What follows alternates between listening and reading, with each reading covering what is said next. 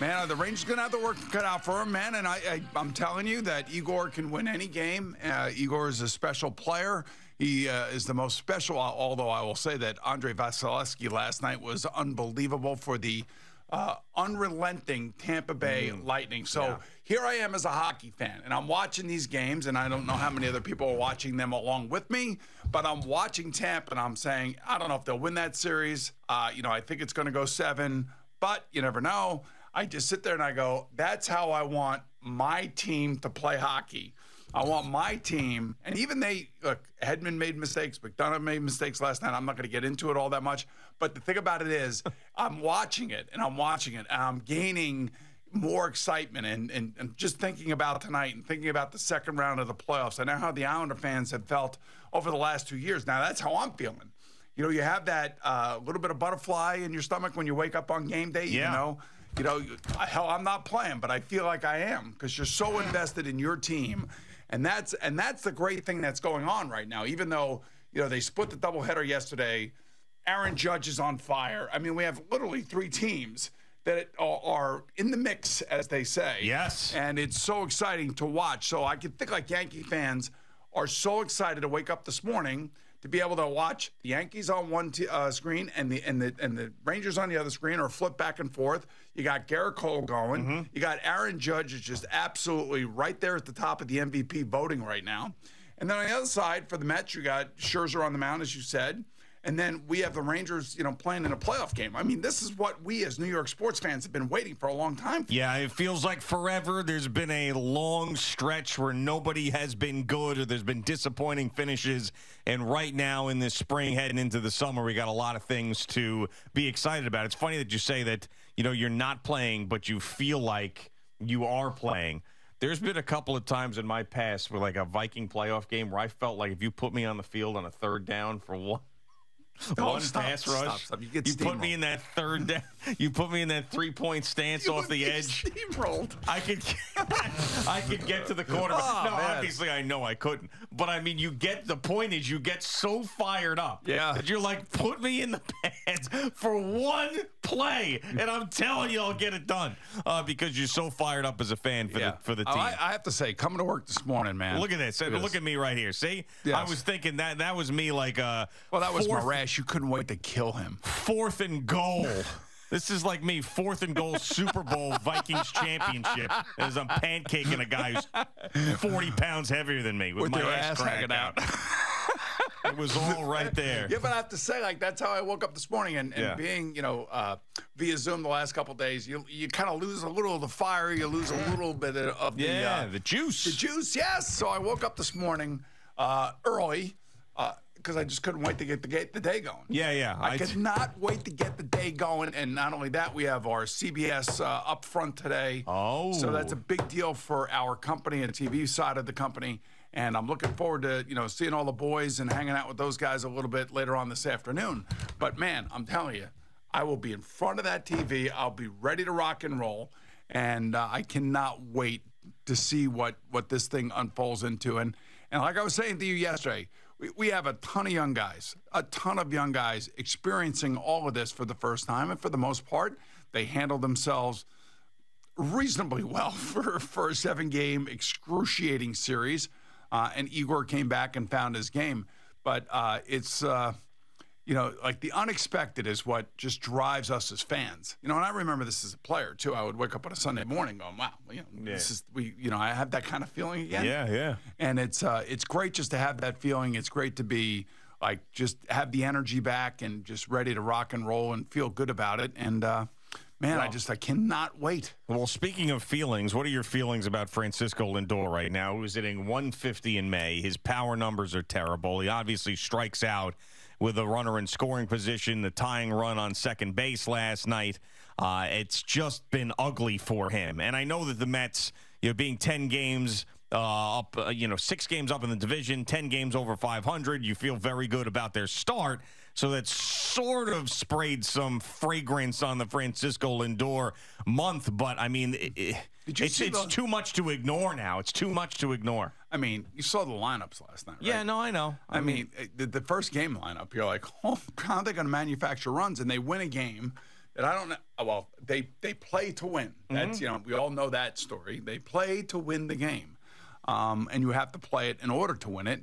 And when you looked at what the Mets were trying to do yesterday with their pitching staff in Game 1, and then you look at their lineup, you're like, ugh. Now you contrast that to the Yankee lineup. Yeah. Oh, Jesus. I mean, there's no comparison. There is absolutely no comparison. So I was looking around, and I don't know. I guess I'm a loser in certain ways, but I was looking around. I'm like, man, the Red Sox have 3 of the best hitters in the American League, and they suck. And they're terrible right now. I know. Can you get one of those guys? But well, Devers, JD Martinez, Bogarts, or JD Martinez, I guess you could get, right? Well, yeah, JD Martinez is going to be the guy that's probably, if the Red Sox continue on this trajectory, JD Martinez will be the most coveted bat at the trade deadline. I think 3 of the top 5 hitters in the American League, I think. Yeah. Or 3 top 7, something like that. It's ridiculous. They gotta continue to be really bad. But I'm like, every night with the Mets, it's like scoring position, strikeout, scoring position, strikeout. It was the other night. Was it last night or the night before? I get confused. Joey Gallo in the first inning, he's got a 3-2 count. He's got the bases loaded, and he looks at the ball right down the middle. Like, what the F? What are you doing? Hey, I mean, so. But the Yankees have so many home run hitters, and they've been very, very fortunate in terms of the injury bug right now. Yeah, they've been healthy. I mean, that's one thing about this Aaron Judge season. I mean, the last time that he played 150 games plus, he was second in the MVP voting to Altuve. He hit 50 home runs, and he was the man.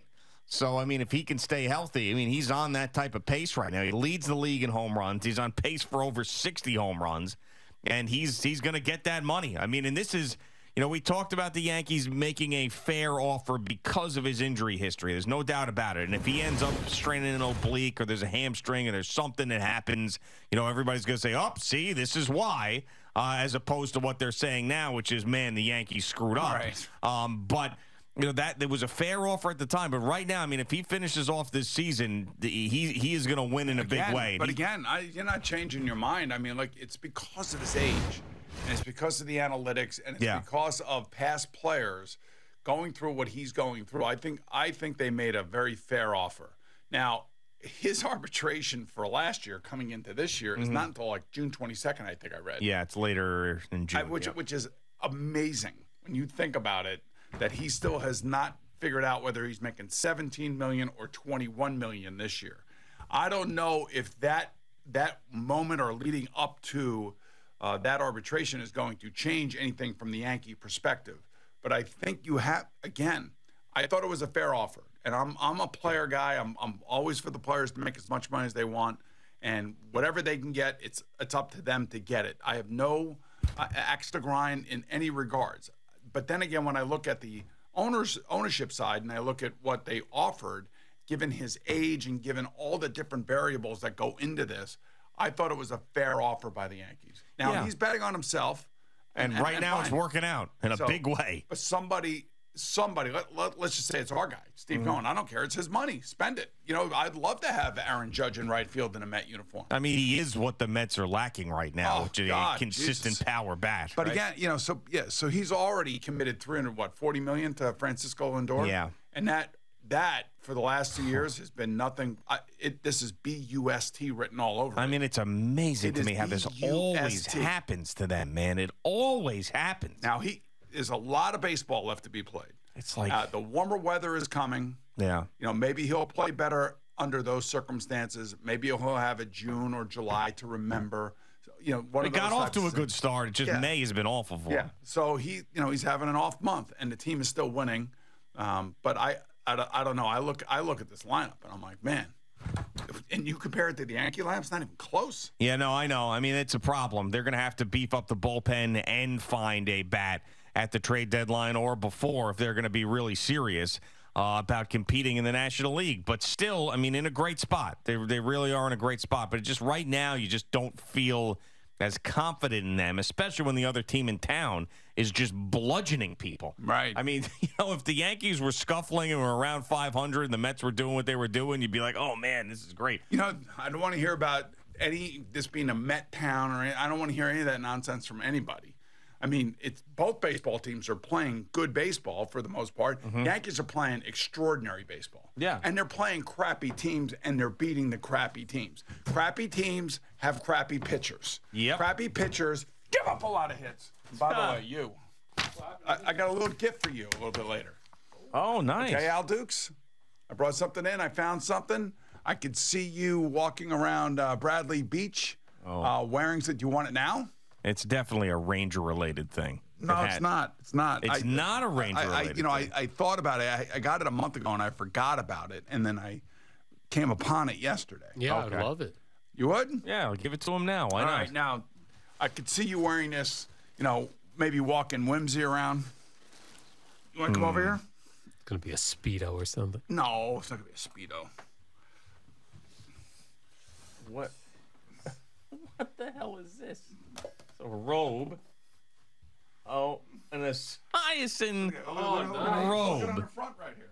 Look at that. That is nice. All right, wait a second. It's a Boomer 7 on it. It's got a hyacinth on the back. Yes. It's got 7 Jets on the sleeve and then 7 Cardinals on the sleeve. Yeah, look at that. So all the teams that you played for.